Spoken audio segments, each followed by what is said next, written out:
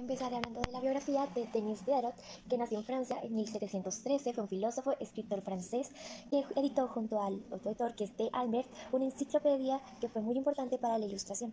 En 1728 se marchó a París para continuar con sus estudios y en 1732 se graduó en artes. En 1741 conoció a una costurera llamada Antoinette Champion, en el cual no tardó en convertirse en su amante. Se casó 2 años más tarde con ella sin la aprobación de su padre, que intentó hacer lo posible para que su hijo no se casara con Antoinette. Este matrimonio fue un desastre completo, ya que sus 3 primeros hijos murieron en la primera infancia y solo sobrevivió la cuarta hija. En 1745 empezó una serie de amantes, por decirlo así, que empezó con Madame Pusieux, son nombres muy raros, con Madame Pusieux, y terminó con Sophie Boland, que se terminó enamorando completamente en 1755. Ya volviendo en el tiempo, en 1746, él hizo una publicación de un libro llamado Pensamientos Filosóficos. En ese libro conoce a un editor que se llama Breton, en el cual le encarga la dirección de hacer la enciclopedia con D'Alembert. Durante más de 20 años, Diderot se esforzó en terminar la enciclopedia junto con D'Alembert, que es una obra emblemática, una de las más importantes de la Ilustración. En 1749, él hizo una carta para los ciegos que se llama Sobre los ciegos para uso de los que pueden ver. Esta carta hizo que lo encerraran por un mes en Vincennes y fue visitado por Rousseau, a quien conocía desde 1742, y que pues en 1758 terminó por distanciarse de Rousseau. En 1750 se encontró un divulgador para que pudiera correr la voz de la enciclopedia y así más personas lo leyeran, pero en 1752 el Consejo Real prohibió totalmente la venta de la enciclopedia hasta que fue por Madame de Pompadour, que hizo que la enciclopedia pudiera estar otra vez a la venta. En 1764, Diderot confesó que el editor le censuraba algunas hojas, lo cual hizo que se quitara de él toda responsabilidad de la edición. Para terminar, Denis Diderot murió en 1784 en París. Ahora les voy a hablar sobre Jean D'Alembert, que nació el 16 de noviembre de 1717. Lo dejaron abandonado al frente de una iglesia llamada Saint-Jean-le-Rond, que por eso es su nombre. Sus padres nunca se hicieron cargo, más sí se encargaron de los gastos de la educación. Cuando D'Alembert tenía 18 años, consiguió su bachiller en artes.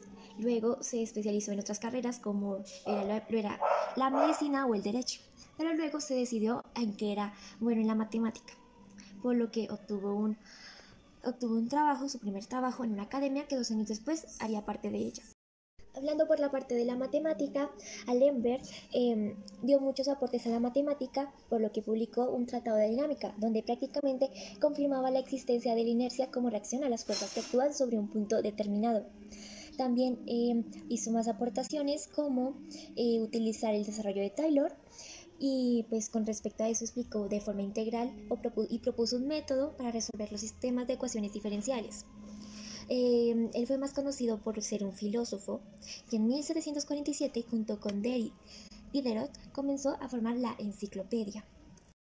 En 1772, la Academia Francesa nombró como secretario perpetuo a D'Alembert por todas las aportaciones que ha hecho tanto a la ciencia como a la literatura y la cultura. Al final murió el 29 de octubre de 1783 en París, siendo reconocido como uno de los mayores pensadores de la Ilustración. Las primeras obras de Denis Diderot contienen una traducción del Templo de Stanjan, Historia de Grecia en 1743, con 2 colegas que tuvo él, en donde produjo una introducción de Robert James en el Diccionario Medicinal en 1745. Publicó una traducción de las investigaciones de Chasterbury sobre la virtud y el mérito, en la que había enseñado sus propias reflexiones.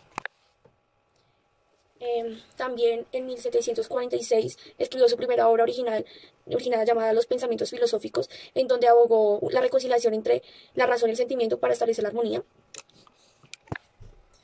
También él dijo que seguiría escribiendo sobre las ciencias de forma descuidada, como lo ha hecho toda su vida.